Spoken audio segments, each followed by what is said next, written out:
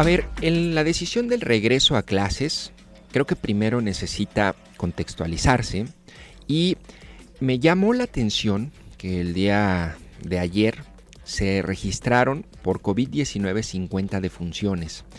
Hice ahí un rastreo rápido de la cifra récord a la que habíamos llegado en defunciones en un día en Jalisco, y según yo son 58 la cifra récord a la que habíamos llegado. Habíamos tenido más o menos entre 20 y 30 defunciones diarias.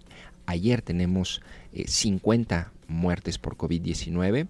En los últimos 15 días, a ver, escuchen esta, sé que es una cifra, pero son vidas. En los últimos 15 días han fallecido 373 personas en Jalisco por COVID-19. Y ayer nada más en el país fallecieron 800 personas. Creo que hemos normalizado el tema de la pandemia, los fallecimientos. Creo que es necesario también empezar a ponerle rostro y nombre a estos fallecidos. Estamos pasando por alto y normalizando las defunciones que se dan todos los días. Y bueno, esto ocurre en un contexto de posibles rebrotes. Ya la Ciudad de México ayer confirmó que rebasó el límite de hospitalización que se había impuesto, poco más del 50%. En otras ciudades del país empieza ya a haber más casos activos y de los que se habían registrado en meses anteriores, y está vinculado al invierno. Y en este contexto es en el que el gobernador hace el anuncio del regreso a clases. Vamos a escuchar lo que dice ayer.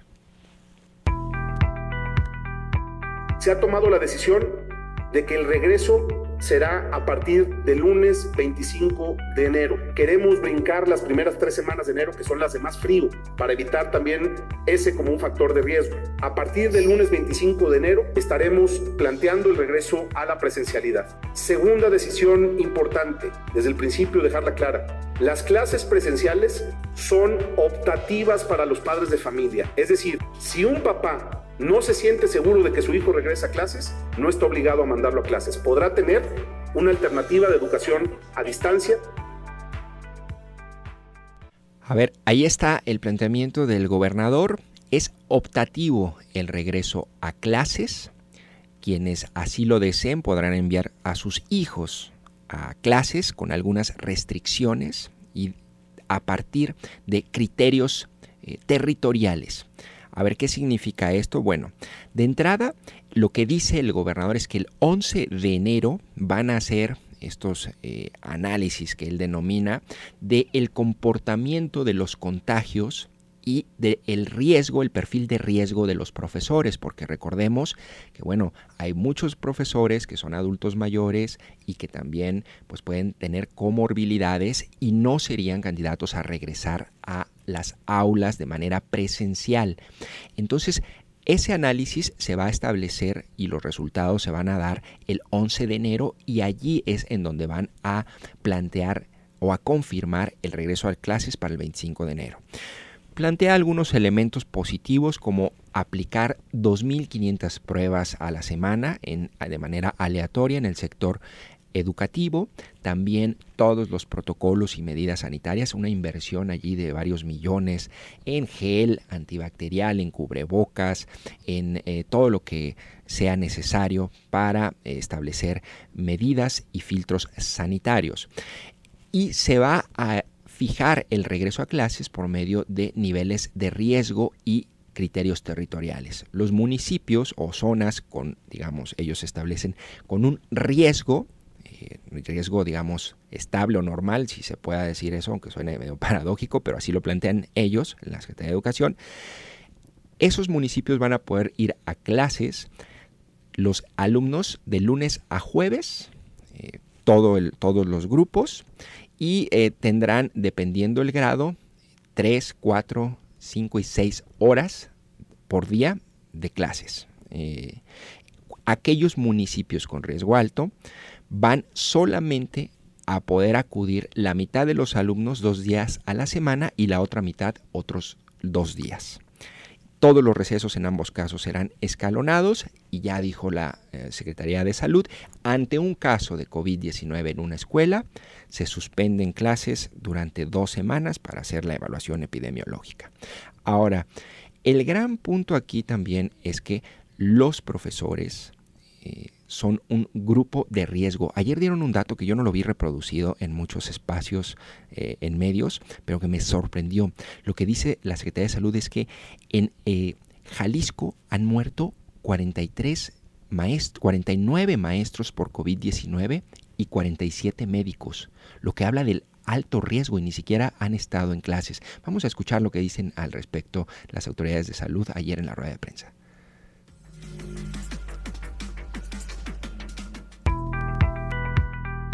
Suspensión de las actividades presenciales en el plantel se definió como que sucederá en el caso de detectar 2 o más casos confirmados en un mismo grupo, sección o área de plantel en la misma semana que se asocien epidemiológicamente. Y esto es importante decir que la suspensión será por 2 semanas o hasta que se solucione esto que llamaríamos brote.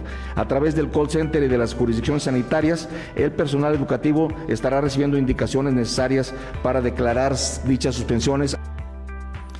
En Jalisco hay alrededor de 77,000 docentes. De los últimos datos que recuerdo que se han publicado es que al menos 1,000 estarían en el rango de adultos mayores y habría que hacer todo el diagnóstico de comorbilidades. Pero si ustedes recuerdan, esta decisión va a ser, no va a estar libre de señalamientos, de preocupaciones. Me gustaría más hablar de preocupaciones que de críticas, preocupaciones de distintos sectores, porque recuerden que en la encuesta que aplicó la Secretaría de Educación, prácticamente 6 de cada 10 padres de familia decían que solamente preferían regresar a clases si había una vacuna o si bajaban los contagios. Solamente una tercera parte estaba de acuerdo con el regreso ya inmediato, desde luego con protocolos a clases. En el caso de los profesores la cifra es mayor.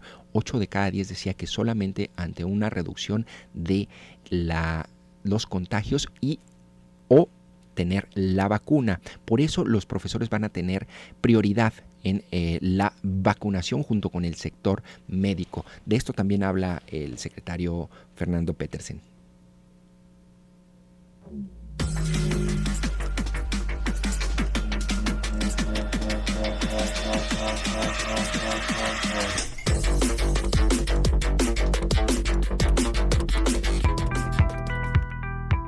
Es decir, cuando llegue la vacuna y se implemente el protocolo para su aplicación, los maestros, las maestras y los maestros de Jalisco serán la población que primero recibirá esta vacuna.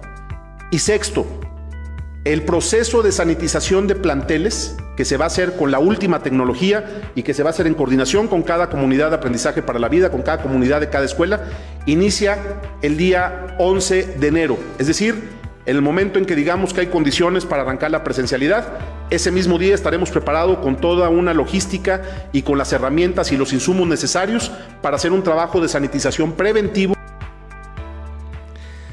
Bueno, escuchamos al gobernador. Estos son los planteamientos, los lineamientos generales del regreso a clases.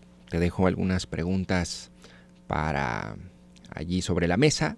Yo me pregunto cuál es la diferencia de regresar a clases en enero o hace un mes, si al final decidirán los padres, si es optativo, ¿no?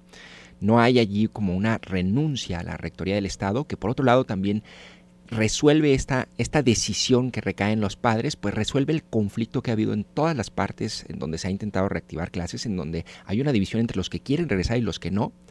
Y yo me pregunto también, es un tema complicado porque ¿qué niño va a estar siempre usando el cubrebocas? Sobre todo entre más pequeños, pues se desesperan. Si uno como adulto se desespera, será un reto desde luego. Y el otro gran factor es que pues existen escuelas con falta de servicios básicos como baños y drenaje.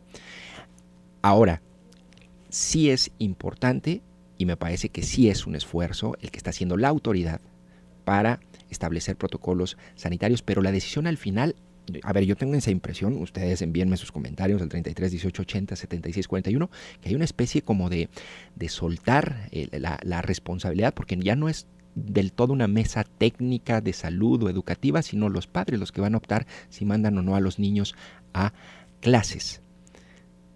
Es un punto interesante que hay que seguir platicando con Paulina Hernández, directora de Mexicanos Primero Jalisco. Vamos a un corte y regresamos para hablar de ella para hablar con ella sobre este tema. 9 de la mañana con 20 minutos y ya tenemos en la línea a Paulina Hernández, directora de Mexicanos Primero Jalisco, y le agradezco mucho que nos acompañe en Cara a Cara. Buenos días, Paulina. Buenos días, Jonathan. ¿Qué tal? Saludo a ti y a tu auditorio. Gracias, Paulina. Oye, ustedes forman parte de la mesa de educación, ¿verdad?, en donde se toman estas decisiones. Sí, ahí estamos desde que se creó en el verano de este año. Y ustedes, ayer vi que emitieron también una postura en donde están de acuerdo con todos estos criterios del gobierno del estado. Sí, mira, te pongo en contexto. Nosotros defendemos desde nuestra organización el derecho a aprender de niñas y niñas del estado de Jalisco. Y en esta defensa del derecho a aprender, creemos que nunca se aprende igual en la distancia que en la presencialidad. O sea, siempre es mejor la presencialidad porque los aprendizajes se obtienen de la convivencia con otras personas, con otros niños, de ver qué preguntaron, de ver cómo contesta el docente, le salen dudas de ver lo que el otro también a lo mejor tenía dudas y demás, ¿no? Y además que los aprendizajes también tienen que ver lo que se realiza con la convivencia con otros niños de su misma edad, ¿no? Claro. Entonces, con todo este antecedente, nosotros sí pugnábamos sobre todo por el regreso a clases presenciales en las zonas más alejadas de zona metropolitana de Guadalajara, que es donde hay más contagios. Y eso lo estamos diciendo desde el verano, que todavía en aquel entonces había municipios que no había casos de COVID. Ahorita ya creo que en todos hay, pero en muchos de los casos sigue el semáforo en verde. Entonces la idea es, era en aquel entonces, empezar por esos municipios, porque además son justo los que tienen menor conectividad y los que no podían acceder a la escuela en la distancia. Oye, Paulina, gracias. A ver, hay una duda aquí que tiene un radioescucha que me parece de bastante sentido común. Dice, si va a haber clases presenciales y en línea, porque es optativo, mi pregunta es, ¿el mismo profesor podrá atender ambas tipo de clases? Es decir, yo doy clases y ahora voy a tener como profesor que dar clases presenciales para los que decidan ir y clases online para que los que decidan no ir. Mira, va a significar un reto para todos, para las familias, porque también, esto que me comentas es un tema de los maestros, ¿no?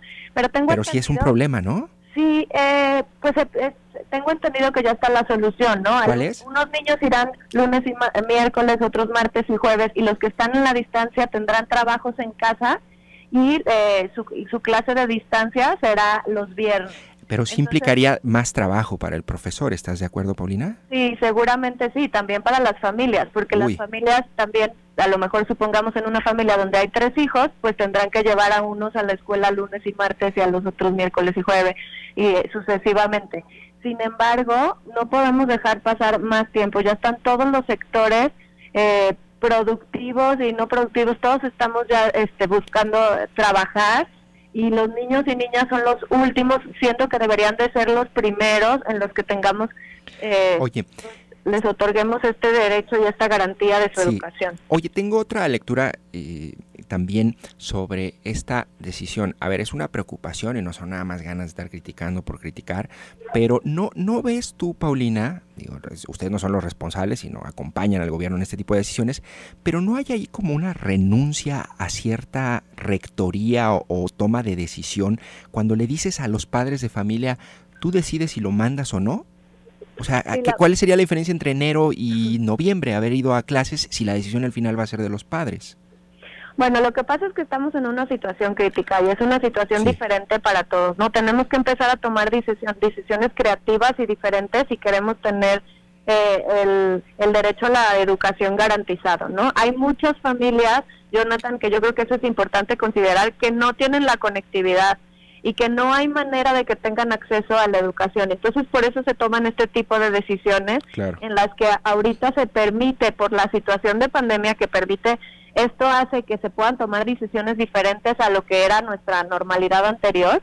Y entonces hay que cuidar, pues también las personas que a lo mejor tienen personas que puedan tener situación de riesgo en su casa para el contagio, ¿no? Hay niños que viven con abuelitas y este tipo de cosas que pueden tener riesgo. Pero también nos tenemos que poner en el lugar de los niños que no tienen computadora en su casa, que no tienen conectividad en su casa y que a lo mejor están lejos de la casa de sus maestros, no les pueden mandar ni siquiera por WhatsApp lo que tienen que aprender y que no están teniendo, y si quieren aprender en esta etapa, ¿no? Entonces es un poco considerar los que están en una situación y los que están en la otra. Entonces, claro, es que mira, imagínate, Paulina, yo entiendo, ahorita concentro en los maestros, pero entiendo también el impacto enorme que debe tener en un niño emocionalmente, en los procesos de aprendizaje. No es lo mismo estar en la virtualidad que tener, no sé, la capacidad de desarrollar resolución de conflictos en el recreo con tus amigos, todo ese tipo de interacción social que te va formando.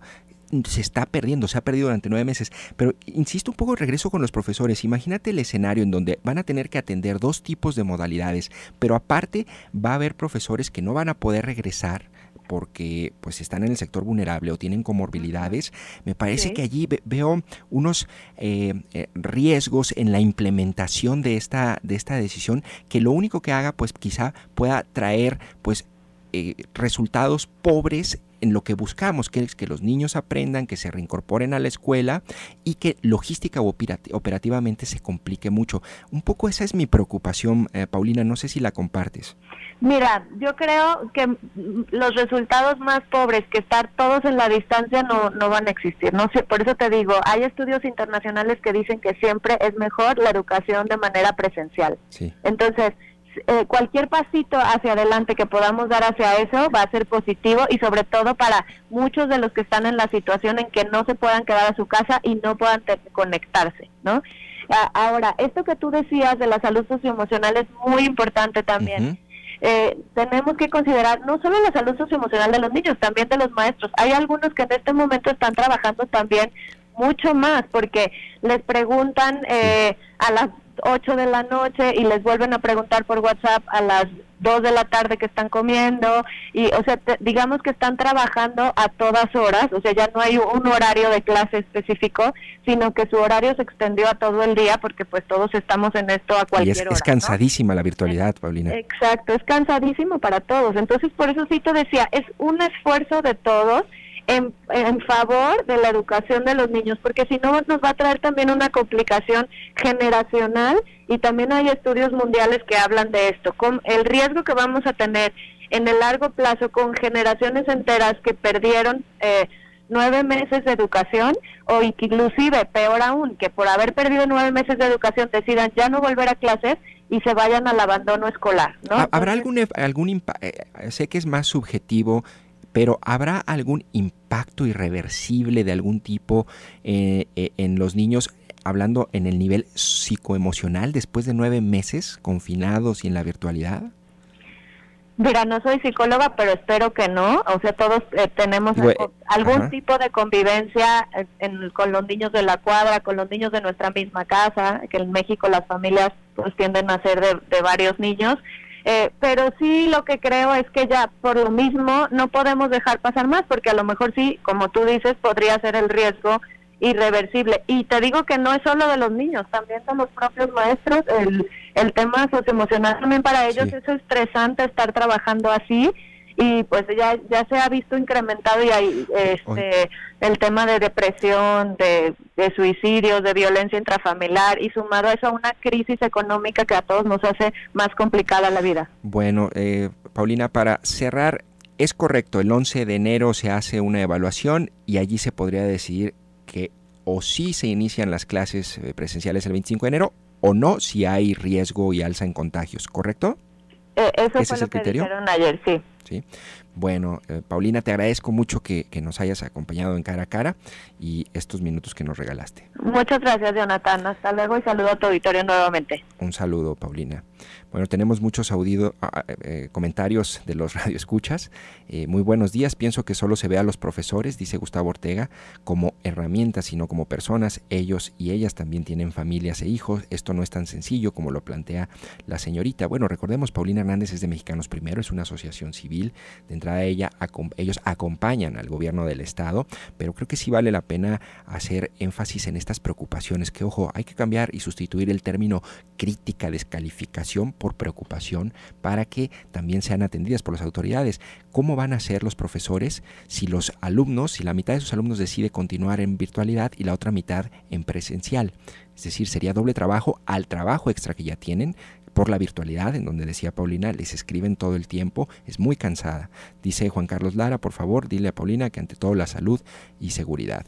No sé, ciertamente, y tampoco estamos negando el derecho de los niños a la educación y la necesidad de que ya regresen a las aulas presenciales. Es cansadísimo para los padres, para ellos, para todos. Martín dice, buenos días, Jonathan, un aspecto que me parece positivo es que el regreso sea diferenciado por municipios, ciertamente, ya que hay algunos fuera de la zona metropolitana que tienen una mejor situación y ya era hora de que se tomaran decisiones. Bueno, ahí dice, la ONU ha pedido que se priorice el regreso a las aulas cuando se controlen los contagios locales. Es parte de lo que dice Martín. Y finalmente Guillermo Valdés, en mi caso trabajo en una zona de preescolar, miren, un profesor, Guillermo Vázquez, de 3 escuelas. Las maestras en su mayoría son personas vulnerables, aunque los papás los quieran llevar, no se podría porque no tendrían el personal suficiente.